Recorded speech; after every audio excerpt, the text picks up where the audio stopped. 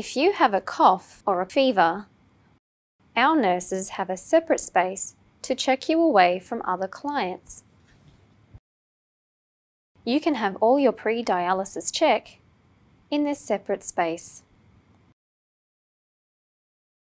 Please clean your hands with hand rub when you come in.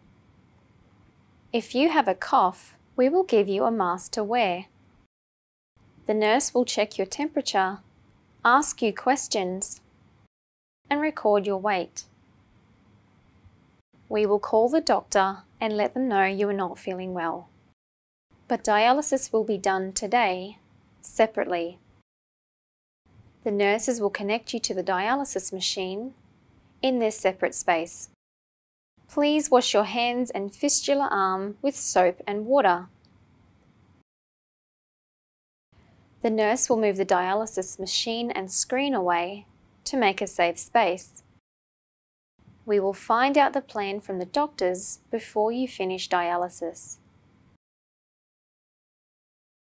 Remember, small changes will keep us all well.